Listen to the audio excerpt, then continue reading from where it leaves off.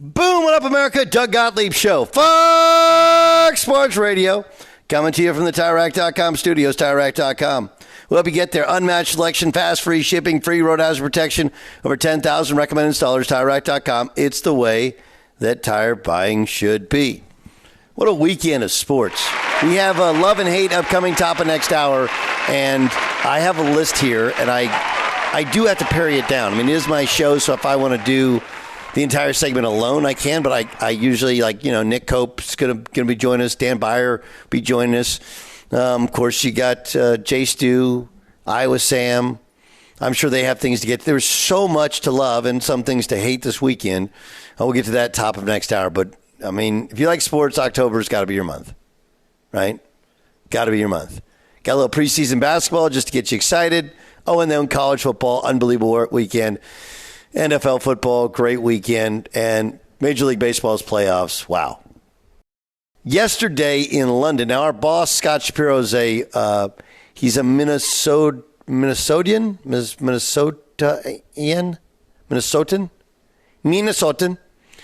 And he went to London, check out the Vikes, take on the Jets. Now, Sam Darnold was good, solid early, but it was really more don't lose the game. Did have a pick. He was fine. They won. I think the storyline is more Aaron Rodgers wasn't very good. And it's not like this is week one. It's not like we can say, well, he missed that thing in OTAs and maybe he hasn't thrown to these guys and whatever. Like, no. Here's Aaron Rodgers on his own performance. That was below my standard. I just found out I've never thrown 2 picks in the first quarter before. So that's a first. One of us cost, obviously, 7. And the other, could have cost 3. So in a game where you lose by 6, plays like that are exponentially highlighted. So 3 turnovers for me is definitely out of character, and I'm disappointed. Yeah, I mean, look, he owned it. There's nothing you can do but own it. Some people don't want to. But that's not the point. On the last drive when they could have won the game, he overthrew a wide receiver by, a good 5 yards. And I don't know if he's washed or what was going on. I will tell you that this is actually kind of a reasonable thing. Not just because of his age or coming off the injury, because of both. And if you guys remember Jason Kidd's last year playing in the NBA, Jason Kidd's a Hall of Famer, one of the great point guards in the history of the league. His last year he was playing with the New York Knicks, and they went to the playoffs, and suddenly he couldn't make a layup. Not a layup. When it goes, it's gone. It's gone. And the difference between Aaron and Kirk Cousins, I think, is twofold. One, look, I'm not gonna sit here and tell you Aaron doesn't work, because I don't think that's the case. I don't. I think he worked diligently to try and get back last year. I think he worked to prepare himself. But the first part of it is, hey, look, if we're just being honest, football is not his only thing anymore. It's just not. It's not his only thing. And you can get away with it a little bit when you're younger. You can't when you're older. And remember, he did miss time with OTAs. And look, there's a relationship piece and leadership piece with the players, but there's also, you got to work through throwing with different movement than you had previously. Got to get used to that. Have to. And then the other piece to it is, not only is football not his only thing anymore, maybe it never was, but what made Aaron special is not just the accuracy and arm strength and intelligence. It's that he could move. Really move. And, yeah, some of it was running, but a lot of it was in and around the pocket and throwing at awkward angles and whatever. Just great movement. That changes when you tear your Achilles tendon. It just does. He doesn't look, facially, he looks young and fresh. His body doesn't look bad. It's not like he's put on weight. The ball doesn't call him off, but, man, all of a sudden a guy who never turns it over. Guy who is the peak of accuracy can be inaccurate. I'll just say a really nice luxury foreign SUV. One of the companies that you count on to cars never break down. But it was a luxury brand one. And it's when the kids were little.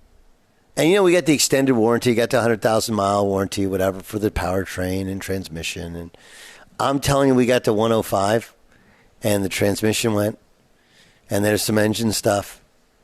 And I had a car dealer pull me aside. He's like, look, these things are incredibly well made. But no matter how well made it is, you get 100,000 miles on a gas engine, like things are going to start to go. That's exactly what happened. We've become so accepting of a new reality that you can play into your 40s. You realize it's really hard. It takes a very unique player.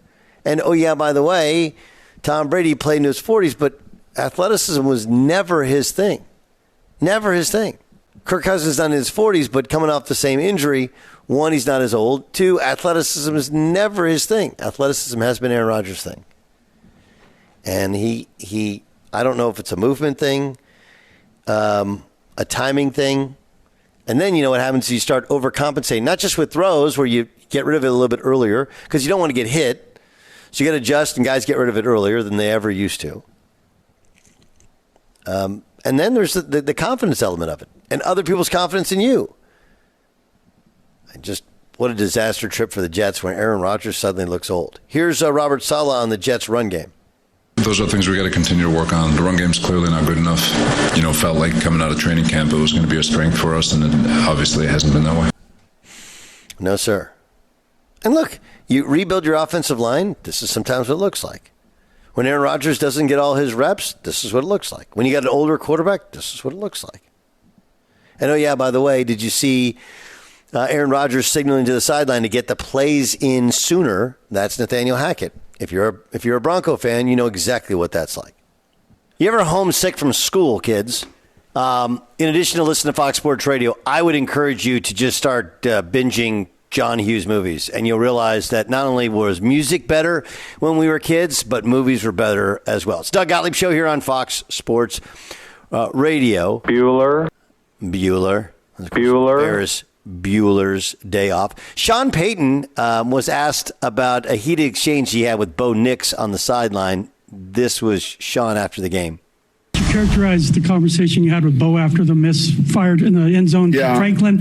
And I've seen you have these conversations. It's part of the deal. Listen, last year, all of a sudden, it's just, there's still a little bit of Ferris Bueller in this player that we got to get rid of. All right. Talking about Bo, and I love him to death. And so sometimes it's my love language. That's pretty good. They asked Bo Nix if he knew who Ferris Bueller was. Yeah, I've watched the movie, but I think it's funny, and that literally I think explains the situation that we're just out there with great competitive intensity and fire, and we can have those conversations and move right back along and score another few touchdowns. It doesn't bother us. If they don't know Ferris Bueller's Day Off, what do they know? Man, what are we doing here? But that just shows Caddyshack was 10, 15 years before it. Drop the Caddyshack references. Don't worry about Slapshot references either. Because Ferris Bueller's references are, heck, Austin Powers references also starting to be old. Let's get to Dan Byer, get a quick update. DB, what do you got? I know I'm not the movie aficionado, but I think it was about 5 or 6 years that Caddyshack and Ferris Bueller, not 10 or 15. So Caddyshack early 80s, Ferris Bueller mid 80s. Is that right? Can I get a second on that?